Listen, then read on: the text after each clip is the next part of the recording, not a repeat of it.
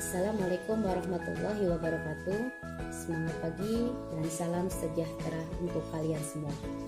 Siswa-siswi SMK Karya Gunung Bakti 1, dengan kesempatan kali ini kalian akan belajar mata pelajaran PPKN dengan materi harmonisasi hak dan kewajiban asasi manusia dalam perspektif Pancasila. Mari sama-sama kalian simak. Harmonisasi hak dan kewajiban asasi manusia dalam perspektif Pancasila. Siswa-siswi, hari ini subpokok bahasan yang pertama, konsep hak dan kewajiban asasi manusia. Yang kedua, substansi hak dan kewajiban asasi manusia dalam Pancasila.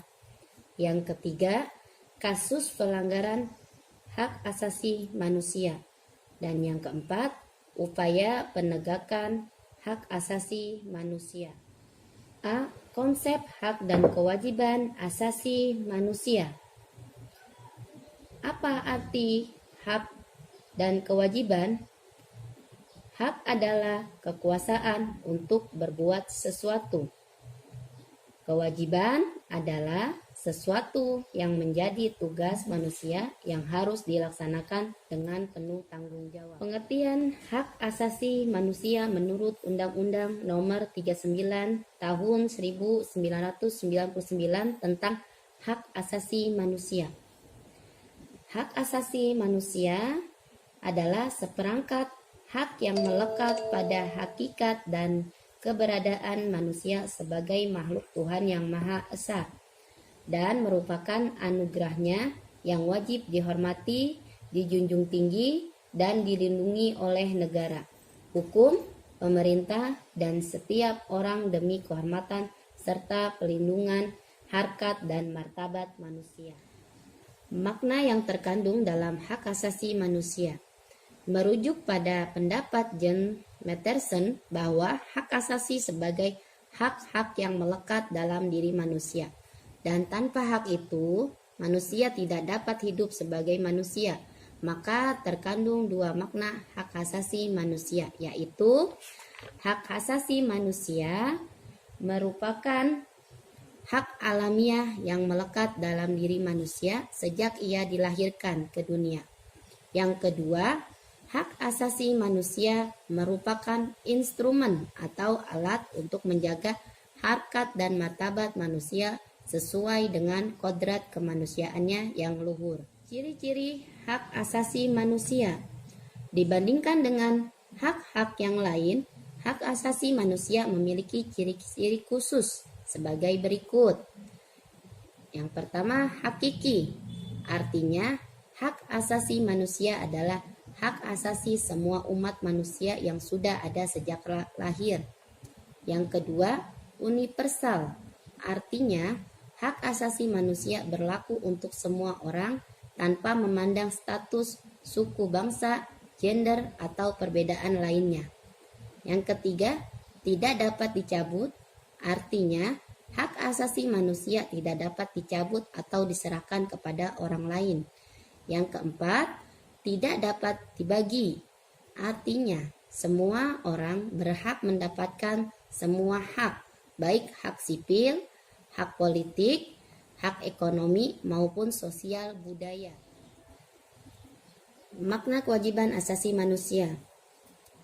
Ketentuan pasal 1 ayat 2 Undang-Undang Nomor 39 Tahun 1999 menyatakan kewajiban asasi manusia merupakan seperangkat kewajiban yang apabila tidak dilaksanakan tidak memungkinkan terlaksananya dan tegaknya hak asasi manusia. Hak dan kewajiban asasi merupakan dua hal yang saling berkaitan dengan memiliki hubungan kausalitas atau hubungan sebab akibat. Seseorang mendapatkan hak-haknya karena dipenuhinya kewajiban yang dimilikinya, dan sebaliknya. Substansi hak dan kewajiban asasi manusia dalam Pancasila. Salah satu karakteristik hak dan kewajiban asasi manusia adalah sifatnya yang universal Oleh karena itu, setiap negara wajib menegakkannya. Akan tetapi, karakteristik menegakkan tergantung pada pengaruh pembedaannya, yaitu ideologi dan kebudayaan yang dianut oleh masing-masing negara.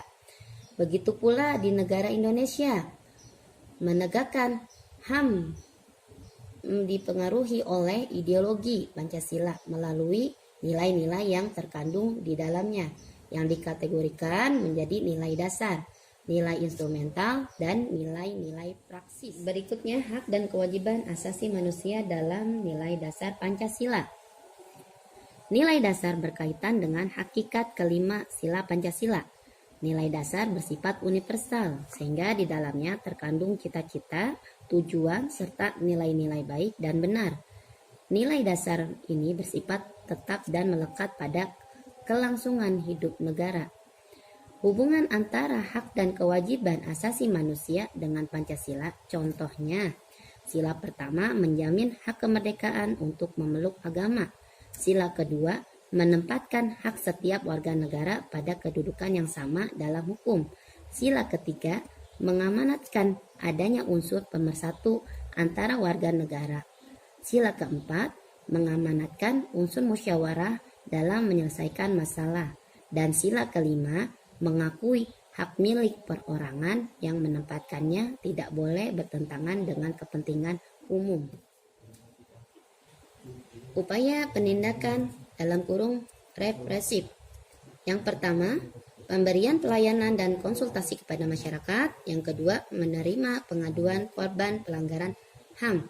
Yang ketiga, menangani kasus pelanggaran HAM melalui pengadilan. Yang keempat, pencarian data dan informasi pelanggaran HAM. Yang kelima, menyelesaikan perkara melalui perdamaian, negosiasi, mediasi, konsiliasi, dan pandangan ahli. Berikutnya, terhadap korban pelanggaran HAM, pemerintah memberikan hak kompensasi, hak restitusi, dan hak rehabilitasi.